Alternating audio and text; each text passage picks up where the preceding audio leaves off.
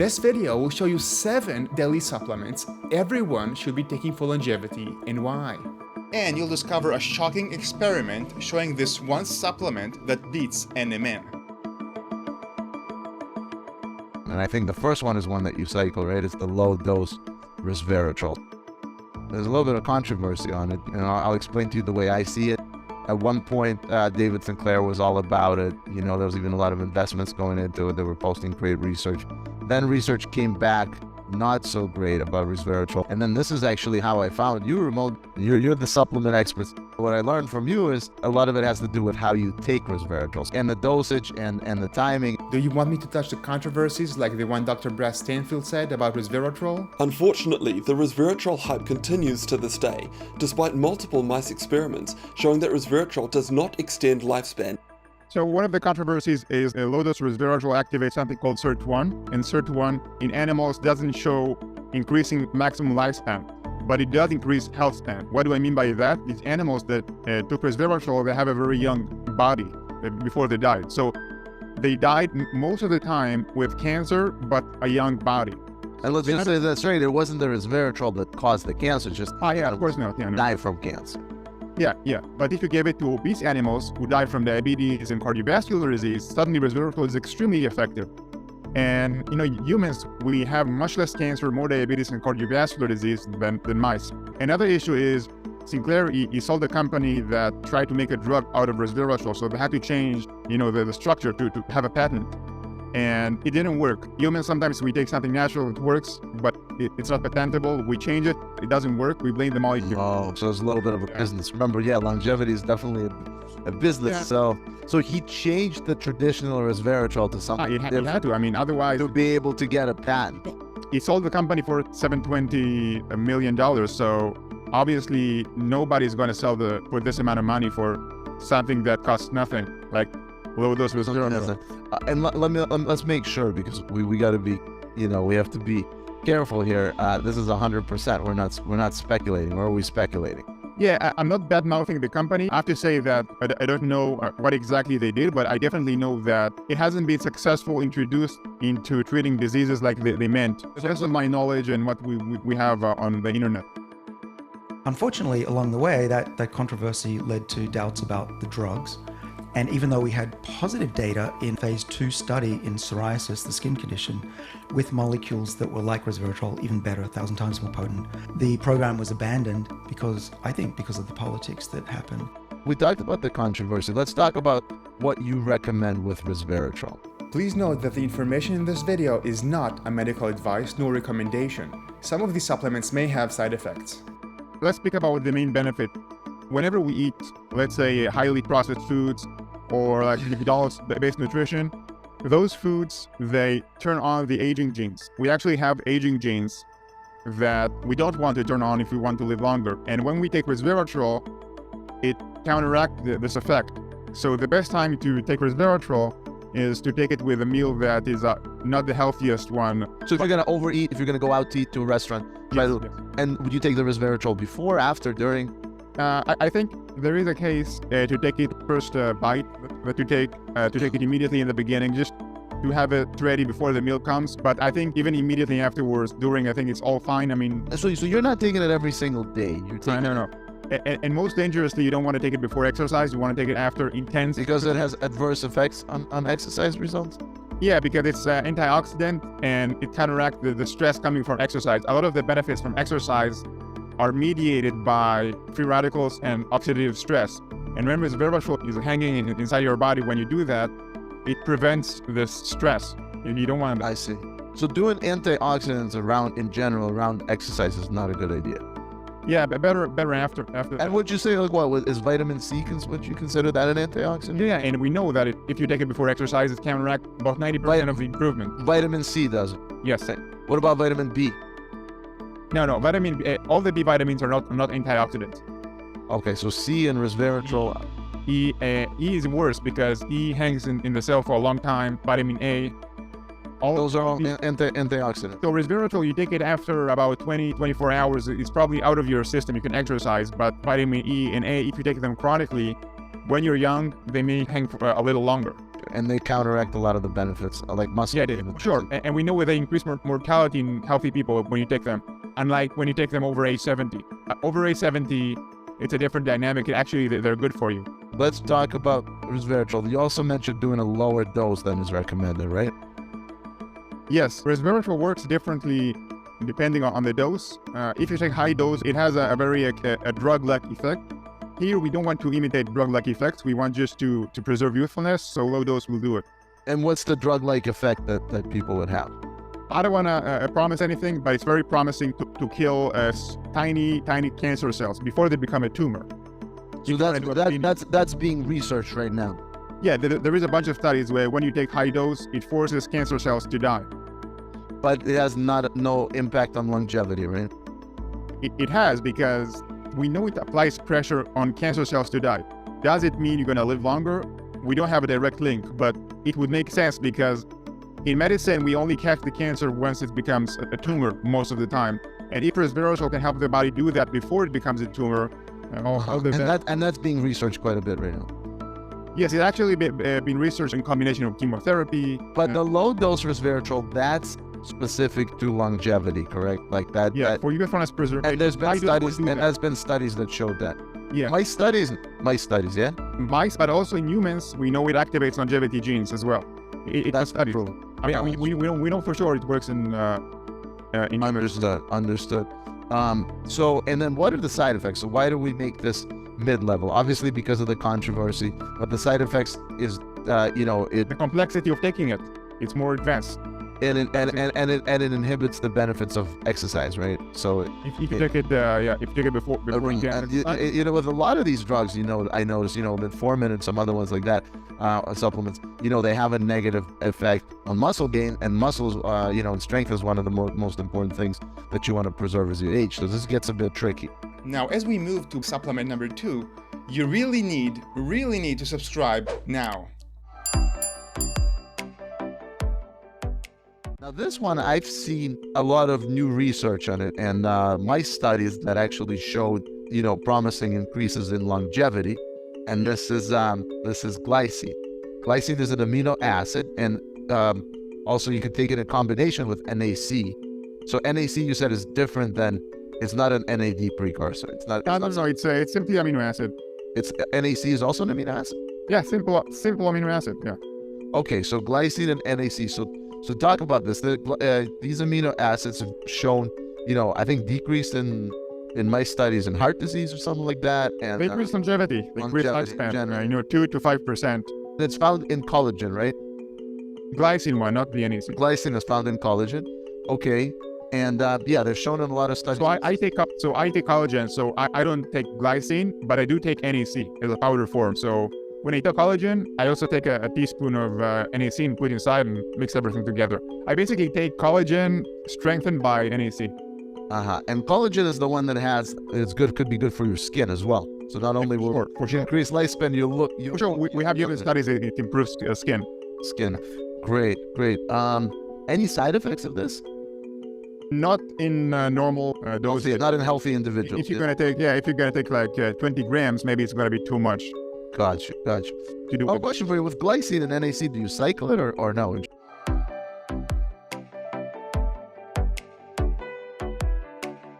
So now let's talk about carnosine. Yes. So carnosine is a compound also produced naturally in the body, especially in the muscles. The body actually using carnosine to improve endurance. And so when you exercise, you produce a lot of lactic acid, right? A lot of acidity. There's a buildup in the muscles. That's why we have pain. One of the reasons we have pain. The body uses carnosine to counteract that. But what's interesting that carnosine also has an anti-sugar effect, so it reduces sugar damage. And in essence, it keeps your muscles younger. And also, it preserves the skin from having a sugar damage that causes wrinkles. So it's a very good anti-wrinkles. So does it lower the sugar in your blood? No. It just prevents the damage from sugar. I see. And I see you have no side effects here, so there's no. And what is it? Is it an enzyme, just a molecule, a compound? What is carnosine? Yeah, it's a molecule that combines 2 amino acids. Oh, is it amino acids? Yeah, it's a histidine with beta alanine. So it's like histidine connected to beta alanine. No known side effects that you could. Yes. And by the way, we can actually see we have beta alanine and 2 lines underneath. Yeah. So it does the same thing. The reason to take beta alanine is because you can increase carnosine in the muscles better. Yeah, I know a lot of people take beta alanine before working out. Yeah, exactly what the benefits I mentioned, that it counteracts the acid, it gives you more strength because of that. So what I like about it is, so it's both activate longevity and also helps for endurance. So it's kind of the ultimate goal, right? And beta alanine also very little side effects that you know of. No, but I guess when you take a lot of powders, maybe you need to drink more water. Sure. Yeah. Gotcha. And this one, the cool thing, if you want to look younger, this is a good one to consider, right? The carnosine, the beta alanine especially is carnosine in the muscles. Carnosine, it targets the entire body. Mm-hmm. It targets the skin, the brain. It's shown results in better brain function as well. What I've seen, it prevents accumulation of junk in the brain. So Gotcha. we think that it helps prevent Alzheimer's disease. It's kind of anti-junk. It's preventing junk from being created. And what about benfotiamine? I see you kind of similar results as similar benefits as carnosine. Okay, so one of the issues, it serves the same purpose of reducing sugar damage in a different mechanism. Okay, so when you eat sugar, then the body tries to get rid of it. So one way we spoke about it, the muscles are absorbing the sugar. This is good. But what happens if the sugar hangs on and you haven't trained? So benfotiamine is going to convert sugar into something else. So is benfotiamine for people that do not exercise more? I would take it either way. I take it. I exercise and I take it. It's going to protect your body from sugar damage. Mm-hmm. And it's very safe. It's simply benfo is something they added to thiamine. Thiamine is vitamin B1. So in essence, it's a potent vitamin B1. That's all there is to it. Okay. People can think about it as vitamin B1. So that's benfotiamine. And so this has very little side effect. It's just part of the B complex. Okay. Yes. Okay.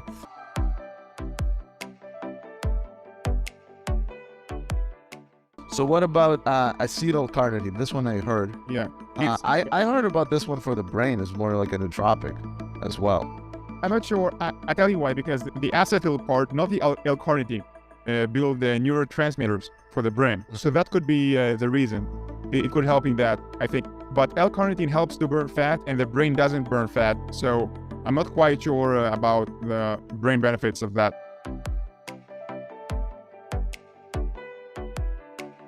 Alpha-lipoic acid. I did my PhD on this molecule coincidentally, and it is a molecule that is very good for the energy in cells. Dr. Mark Hynman speaks about that. I take it every day. Yeah. It's if you understand what it does, it helps boost glutathione, which is detoxifier. It's anti-inflammatory. It helps your mitochondria. It helps detoxify from metals. It helps with blood sugar and diabetics. It helps with diabetic neuropathy. I mean, it's a really well-studied molecule. So now let's move on to the next one. So alpha-lipoic acid and R-lipoic acid. Maybe we can talk about them together. So alpha-lipoic acid, it activates AMPK, which is an enzyme you want to activate for longevity. What is it? What are some of the side effects? I'll let you get into it, Rimon. First of all, it's a molecule naturally produced by the body, unlike resveratrol that's produced by the plants, right? The alpha-lipoic acid, it's essentially the same molecule. There is a slight difference. I don't want to get into the details, but the main important thing is alpha-lipoic acid is more practical to activate AMPK and reduce blood sugar. R-lipoic acid also does what alpha-lipoic acid, but it activates NRF2 better. So it's better for detoxification. Let's say that you want to do a detox and you follow some program and they recommend alpha-lipoic acid, then I would buy the R, only the R for detox. I see. Oh, the R is for detox, the alpha is not. NRF2 is a process, right? It's a process that's super good for longevity. Yes. NRF2 is also a detoxification pathway, but it's also a longevity pathway, so I take it every day. And you can take them together, you would recommend? Yeah, I take them together, yeah. You take them both at the same time, or like just? Yes, I take them both over the same time. Is it a pill, or is it a... Pill. No, you cannot take it in a powder. It's too acidic. There is a reason why it's called acid. Understand. But so both are a pill. And since it's acidic, does it bother your stomach, or is that a potential side effect? If you take like over 600 milligrams, it can. I guess it's an individual thing, but as you said, it's acid, it's acidic. So if you're sensitive to that, take it with food or take only 300. Limit the amount that you take. The more acid that you take at one time, the more chances for gastric. Understood. And you wanna cycle it. You wanna maybe every 2 weeks I take 2 days off. What food has it? Is it available in any food, or this is produced by the body? I think in liver a bit, but the body makes it on its own. But it doesn't make it on the amounts that activate longevity as we want. So this triggers AMPK and NRF2. Yeah.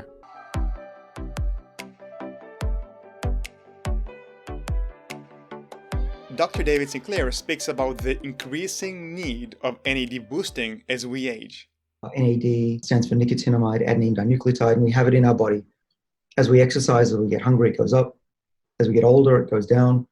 And it's needed for life. It's also needed for turning on these defensive enzymes. There's a second reason why NAD is important. There are enzymes in our body that we've worked on my whole career called sirtuins that don't protect the body against aging unless they have NAD. And as your levels go down, your body doesn't fight aging as well. And that's one of the reasons you get older faster as you get older. When you take a molecule like NMN or give an NMN to a mouse, what we think is happening is that you're tricking the body into thinking that it's exercise or that it's hungry because the NAD levels will go up. We find that the combination of low-calorie diets and these NAD boosters has a doubling effect. They're actually additive. These animals' capacity for exercise improved dramatically. In fact, the old mice treated with NMN had up to 80% greater exercise capacity compared with the untreated old mice. NAD is a very popular molecule that has been talked about by David Sinclair in the longevity community. So what are the main benefits of NAD? What is the main things that it does? NAD has 2 levels that is being used in the body. The first level is simply to give us energy. The above function of NAD, it feeds the enzymes that repair your DNA, and also the sirtuins, the one that David Sinclair researched. They consume it. They basically eat it. They move around. NAD feeds the sirtuins. Yes. So the more NAD you have, the better your sirtuins will perform, the more energy they'll have. For sure, they won't be hungry, and especially as we get older, they get more and more hungry, and they don't function because. And sirtuins are basically the cleanup molecules. They silence aging genes, and they collapse. They protect they call it the integrity of your chromosome. So if you look at the young chromosome, the DNA structure is kind of very tight in young people, and adults it begins to become like a shoelace. Unravel a little bit, you're right. Yes, and the sirtuins, they keep it tight. They keep it tight, so it stays young. NAD, from what I understand, is produced naturally in your body. Yes. And you need to put in stuff that is going to feed the NAD. Exactly. So things that you've heard about NMN, likely you've heard about, and NR, NAC, right? Those are all the No, NAC is something else. different. But NR, NMN, and niacin. And niacin. So this is, we talk about low dose niacin. Low dose niacin is just part of the B complex. That's what is it, B6? B3. Let me ask you this question. Is NMN going to just have much stronger than low dose niacin, or what's the difference between the two? There is big difference in a sense that we know NMN works better on the nerves. So my wife, she had a stroke, and I gave her NMN because of that. I want to boost NAD in the neurons. And NMN will boost the NAD in the neurons. The niacin won't. Yes, we know that there is overall status of NAD in the body. Just one tissue. We need more studies about NMN. There is a bunch of studies about niacin. It has been used for over 100 years. There is 100 years research on niacin. And NMN, that there is very few data. And I know that we don't speak about budgets, but if you don't have enough money to buy NMN and you want to buy it, low dose niacin costs nothing. Now, I promised in the beginning a very interesting self-experiment on NMN.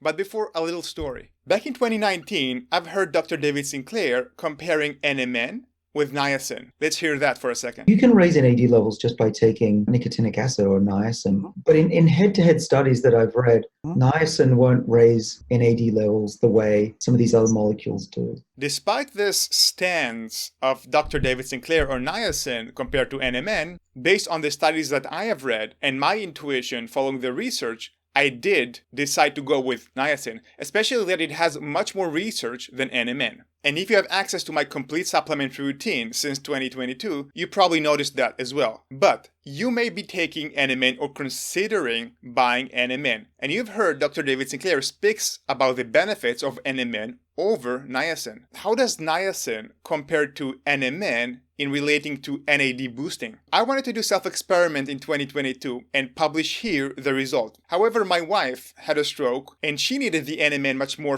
Thanks for Do Not Age for supplying that for her. However, a month ago, I found a self-experiment done by Dr. Michael Lustgarten from Conquer Aging or Die Trying channel. Remember, it's just one person, it doesn't prove anything, but let's see what he has found when he compared NMN with niacin. For the first test, my baseline, this was without NR, NMN, none of that, just my baseline, 25.6 micromolar. So then I took 300 milligrams per day of NMN, and it didn't move my NAD levels at all, essentially the same 25.3 micromolar. So then, thinking the dose wasn't high enough, I decided to go with 1,000 milligrams per day of NMN, and that finally raised my NAD levels to 39 micromolar. So then I thought, well, I haven't really identified or addressed the root of the problem. I wanted to try niacin to see how that would react. My NAD level was 67.4 micromolar, which is my highest NAD level yet. So we can see that using niacin, I got my highest reading yet of 67 micromolar. In his experiment, niacin worked in increasing NAD levels in Michael's specific body, at least in the blood, because we don't know exactly how it affected different tissues in the body, better than NMN. 600 milligrams of niacin worked better than 1 gram of NMN. And if we want to combat the reduction of NAD with age, we don't necessarily need to reach those high levels. Maybe 300 milligrams of niacin per day is sufficient to reverse the decline in NAD with age. And this level is around what I take today. However, there is a specific way to take niacin, which you must know.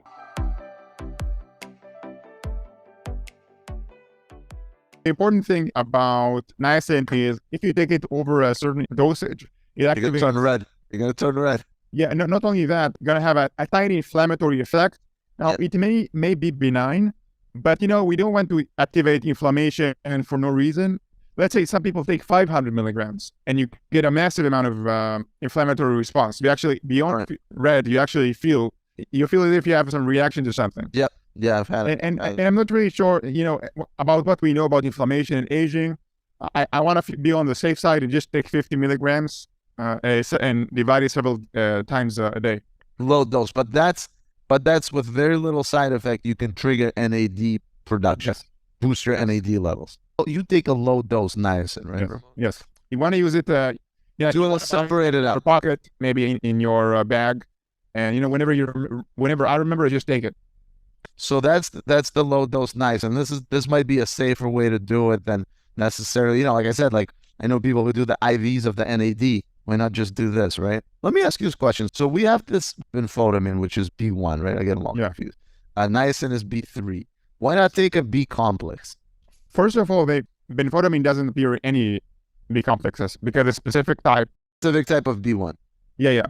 And most of the B complexes, they don't have the niacin in the form of nicotinic acid. It has niacinamide or other forms. This segment was taken from Project 120.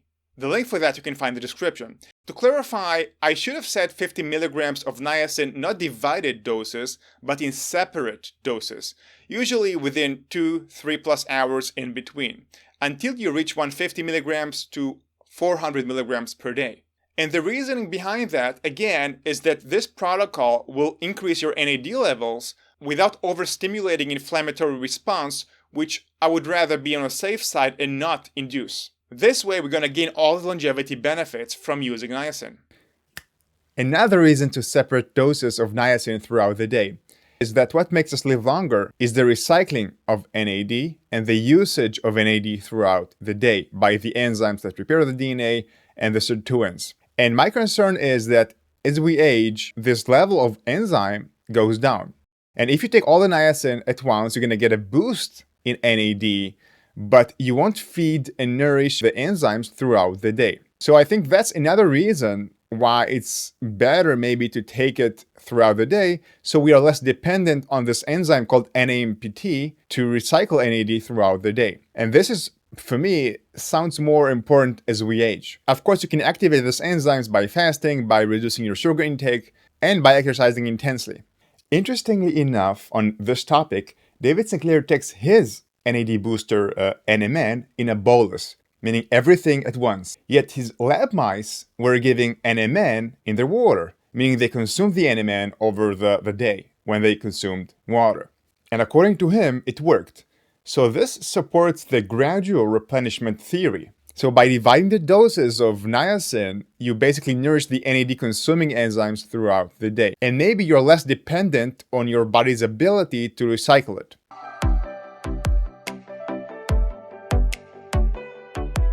Regarding timing, it's crucial to take niacin before times you are exposed to radiation, such as when you go to X-ray, when you do a CT scan, or when you take a flight. Because all of these instances are going to cause DNA damage, and niacin is going to be in the right place in the right time to feed the enzymes that repair your DNA. Another note about the best timing has to do with cycling. As with resveratrol and lipoic acid, I think there is value in cycling niacin. Maybe taking one day off this supplement. And the reason for that is that continuous chronic niacin exposure to our bodies can affect insulin, maybe cause a bit of insulin resistance. Probably only in high doses, not in the doses we're talking about today. But maybe to be on the safe side, it makes sense to take one day off to reset the sensitivity of insulin and maybe the entire body to niacin. This is not a problem once you take such a low doses when it comes to the flush. Many people, they take continuously in order to reduce the flush. But in this situation, we don't care about the flush because it's going to be a minimal flash with 50 milligrams.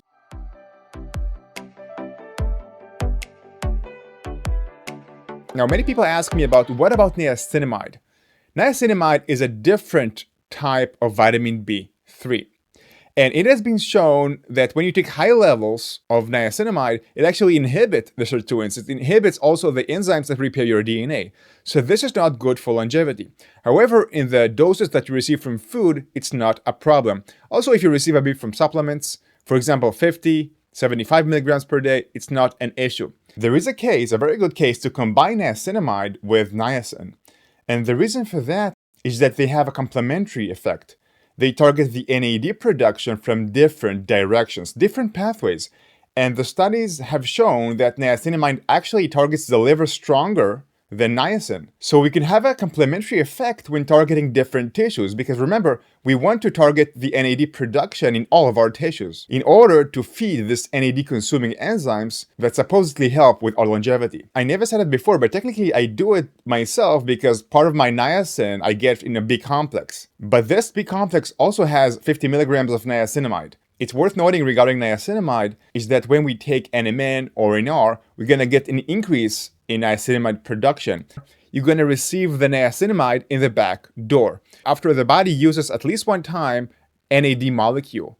In that case, I would be more wary on taking external niacinamide. But with niacin, because it targets NAD production from a different direction, then it makes me less worried in combining niacinamide with niacin. But neither in those situations, I wouldn't go too high of a dose. Niacinamide because of the potential of inhibiting sirtuins, and niacin because of the inflammatory effect, not to mention the uncomfortable side effects. So low doses of niacinamide are not a problem. I'm pro low dose of niacinamide, but to me it's a separate supplement and I would avoid excess amounts of niacinamide.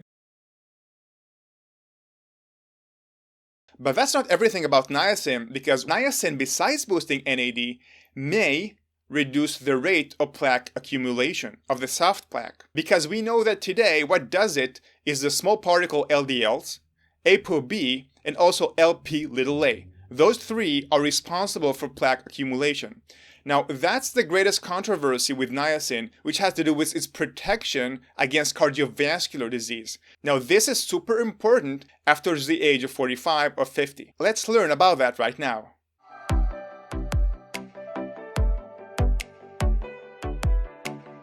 Nothing I'm going to say here is a medical advice or recommendation. You know, there is a lot of controversy with niacin. Dr. Peter Attia and Brad Stanfield spoke against it. Dr. Berg a bit oversold it. So niacin has the power to slow and reverse arterial sclerosis. Again, not correct based on the evidence that Dr. Berg has provided. The truth is somewhere in between. I spent about 4 years researching it, experimenting with it, testing it on myself and my clients, and I read everything published since 1950. It's quite a complex molecule to understand. It works on many mechanisms simultaneously. It causes reverse lipolysis, which is probably how it reduces triglycerides so aggressively. But it can also be used to detox your fat cells. And Dr. George Yu used exactly this mechanism to detox 9/11 firefighters. And besides NAD boosting and this reverse lipolysis, it's one of the few supplements, and possibly even if you include drugs in this list, that do 3 different things to your lipoproteins, the test that your family doctor should measure. First, niacin increases the HDL, the good cholesterol, quote unquote, by the way, by using 3 different mechanisms, some healthy for us, some benign. Second, it reduces ApoB. And third, reduces Lp(a). The latter is a type of extremely dangerous cholesterol carrier, and is very difficult to reduce even with drugs today. For example, statin, the cholesterol-lowering drug, only reduces ApoB, not Lp(a), and it doesn't even increase the good cholesterol. But remember, you don't want to overdo niacin, nor should you expect using it to treat life-threatening diseases. Our expectations with low-dose niacin is getting many benefits after 5, 6, 7 years of usage when we're healthy. It won't reverse your plaque if you have one already. Yet, similar to resveratrol, the medical research continues to view niacin, high-dose niacin, like a drug. I guess when you have a hammer, everything looks like a nail. And the truth is, you don't want necessarily to use niacin as a drug, high doses for short term, to reverse already in progress diseases. It won't be aggressive enough for a sick person. Not to mention that high-dose niacin would require you to use these chemically sustained release formulas that will cause liver damage. It doesn't make a lot of sense why to damage one of the most important organs in your body to treat blood test numbers. And yet somehow high-dose niacin with this negative impact, so it seems, won't reduce your life even if you use it this way. I don't recommend this way anyhow. And generally, the medical system doesn't like niacin nor the attention it gets. I don't know why. Gling, gling, gling. Frankly, I don't trust niacin studies conducted by Big Pharma.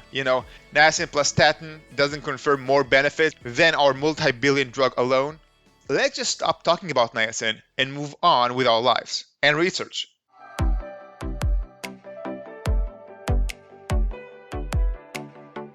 Sulforaphane. I've heard this. Is this the stuff from broccoli, or is this the compound? Broccoli same stuff, yeah. It's the compound inside of cruciferous vegetables, right? It's the active compound. When you injure the plant, it begins to make it active. When you buy broccoli, it's inactive. And sulforaphane triggers the NRF2, this pathway, right? It triggers it stronger than our lipoic acid, about twice as stronger. If you want to basically get this from food, just eat a ton of broccoli, right? Broccoli sprouts, broccoli. You don't have to take it. Like I don't take sulforaphane. You eat a lot of broccoli. Yeah, broccoli. But if a lot of those cruciferous vegetables, obviously, they can give you some abdominal discomfort. So if they do that, sulforaphane could be a good idea, right? Yes, it's up to you. You have choices. You can take a supplement. You can consume broccoli and things like that. These are a quick overview of intermediate supplements for longevity. To get the Excel and the full course, covering both beginners, intermediate, and aggressive longevity supplements, and the 3 modules, longevity technologies, testing, and habits you can do now, go to wellnessmessiah.com/course. It's wellnessmessiah.com/course. That's all, folks.